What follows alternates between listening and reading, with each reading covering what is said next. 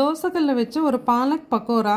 இதுக்கு பச்சை மிளகாய், வெங்காயம், சீரகம், மிளகாய்த்தூள், உப்பு, 4:1ங்கிற ரேஷியோவில் கடலை மாவு, அரிசி மாவு இது எல்லாத்தையும் போட்டு ஃபஸ்ட்டு நல்லா கலக்கிக்கலாங்க.